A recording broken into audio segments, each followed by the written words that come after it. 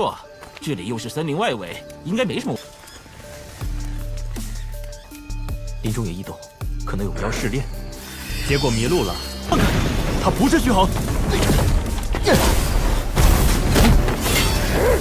你的肉身太次。星剑诀，气血惊雷。Halo lur, ketemu lagi dengan saya Deden Ronghod. Bagaimana kabar semuanya? Saya doakan semoga baik-baik saja dan dilancarkan segala sesuatunya. Amin ya rabbal alamin. Tanpa basa-basi lagi, langsung aja ambil kursi, atur posisi, siapkan kopi. Kita lanjut ke alur ceritanya lur. Tapi sebelum itu kita masuk intro dulu.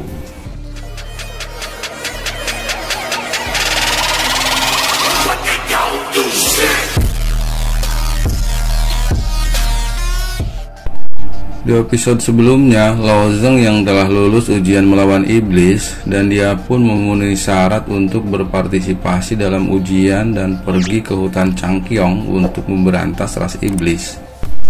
Lao Zeng yang sedang berdiri di kapal yang besar, dia teringat pesan dari gurunya yang mengatakan kalau ujian langit ini sering diadakan, tapi di dalam hutan masih ada bahaya yang belum diketahui dan Lao Zeng harus lebih berhati-hati. Kalau mengalami masalah, Lao Zeng bisa mencari bantuan di kota Baidi, dan Lao Zeng pun mengerti pesan dari guru. Lalu Lao Zeng menanyakan keadaan dari Xiao Di dan mengapa dia tidak berpartisipasi dalam ujian ini. Gurunya memberitahu kalau Xiao Di masih dalam tahap pemulihan dan dia sedang beristirahat. Untuk ujian ini dia tidak bisa berpartisipasi. Sambil tertawa dan mengejek Lao Zeng, dia mengatakan kalau Lao Zeng pecundang yang tidak pantas mengikuti ujian pembunuhan iblis ini. Dia hanya mengantarkan kematiannya saja. Lao Zeng pun membalas kalau dia hanya bisa mengandalkan pil untuk mencapai tahap Inate dan setengah langkah berpartisipasi dalam ujian ini, dan mengapa saya tidak bisa berpartisipasi. Orang dari keluarga Zheg pun marah kalau Lao Zeng berani lancang kepada tuan muda Zheg tersebut. Tapi Zheg menghentikannya dan dia berkata kalau beberapa hari yang lalu Lao Zeng bisa melarikan diri dari rumah lelang dan dia sedang beruntung. Dan dia mengatakan harus menjaga baik-baik metode penyulingan senjata yang dia miliki, karena nantinya Zheg akan membuat Lao Zeng menyerahkannya sendiri. Sambil tertawa dan dia pun pergi. Lao Zeng pun diam dan menahan amarahnya yang melonjak.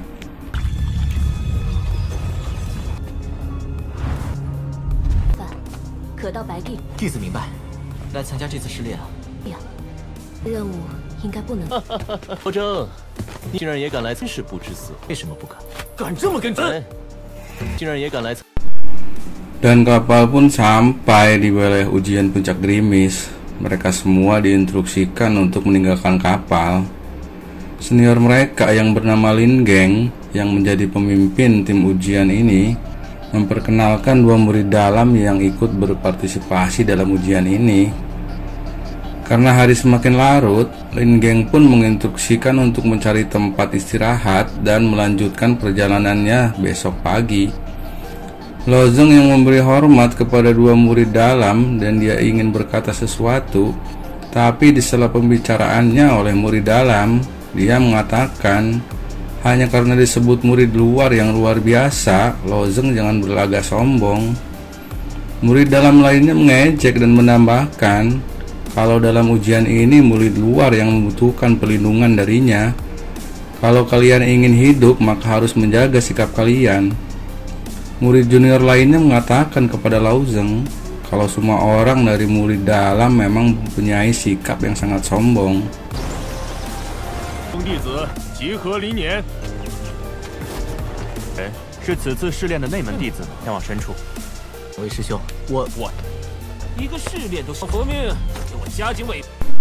Mereka semua beristirahat dan membuat api unggun di camp yang telah ditinggalkan oleh pasukan Baidi.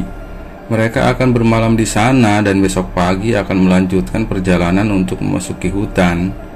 Pemimpin tim Lin Geng memberikan instruksi kepada Si Heng agar pergi untuk memeriksa daerah bagian selatan dan memastikan situasinya aman. Lalu dia sendiri akan pergi memeriksa daerah utara. Lalu untuk Qiu Cheng, dia akan tetap di camp untuk menjaga para juniornya. Qiu Cheng menyuruh Lo Zeng dan lainnya untuk mencari kayu bakar ke hutan, tapi salah satu murid junior menolaknya. Lalu Qiu Cheng pun menendang api unggun dan gumpalan api melesat di sebelah kepala murid junior tersebut. Saat akan melawannya, temannya menahannya agar lebih bersabar, dan mereka pun pergi mencari kayu bakar ke hutan. 你去南边范围巡视一圈，去不去北边？不去北边。去找点干柴来生火。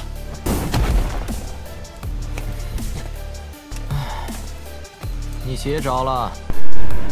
Si Heng yang sedang berpatroli di bagian selatan, tidak lama kemudian dia dikagetkan oleh sesuatu.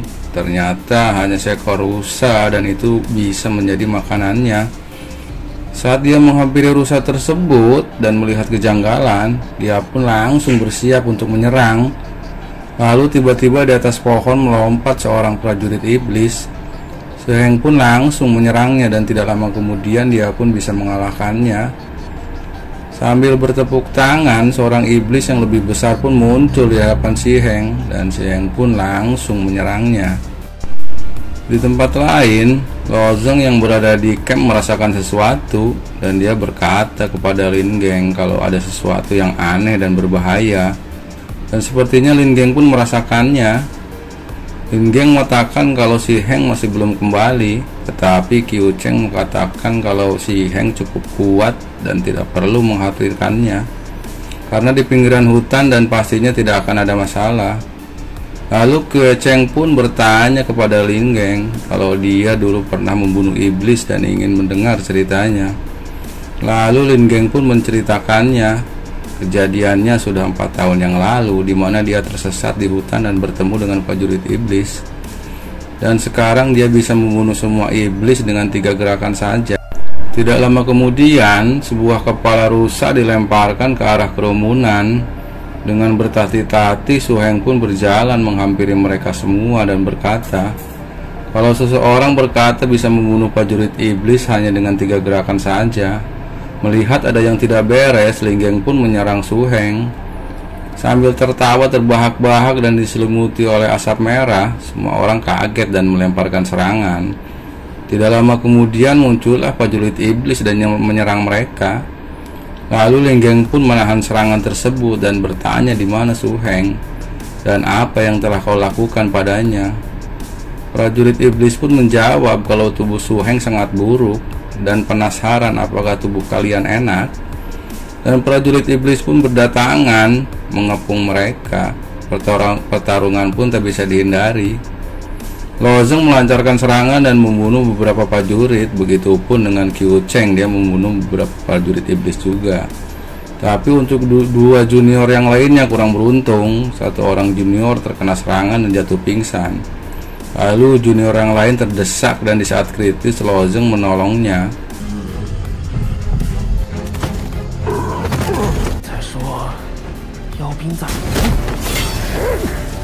你的肉身太次了。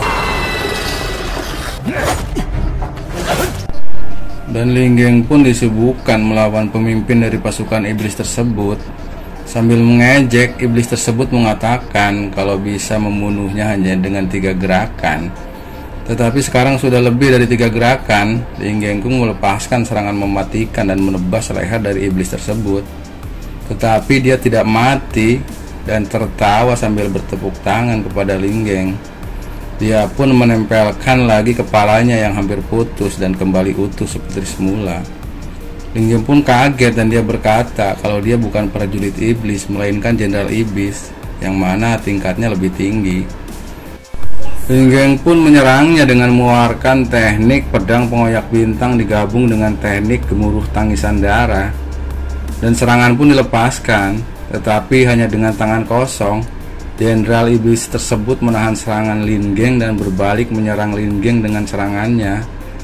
Lin Geng pun tak bisa mengelak, dia terpental jauh dan menghantam pohon besar dan terjatuh sambil mengeluarkan darah. Ketika Jenderal Iblis tersebut menghapiri Lin Geng dan akan membunuhnya, tiba-tiba muncul sosok Lo Zeng menahan serangan Jenderal Iblis tersebut. Dan Lo Zeng pun melepaskan serangan dengan mengaktifkan 100 sisik naga di tangannya. Dan Jenderal Iblis tersebut pun terpental jauh karena serangan tersebut.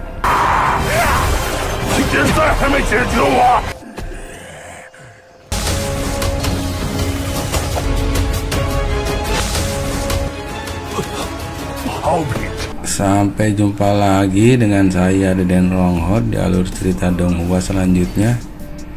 Dan saya ucapkan terima kasih buat semuanya yang sudah support channel ini. Dan jangan lupa buat kalian yang belum subscribe aja lur, gratis kok, nggak bayar. Wassalam.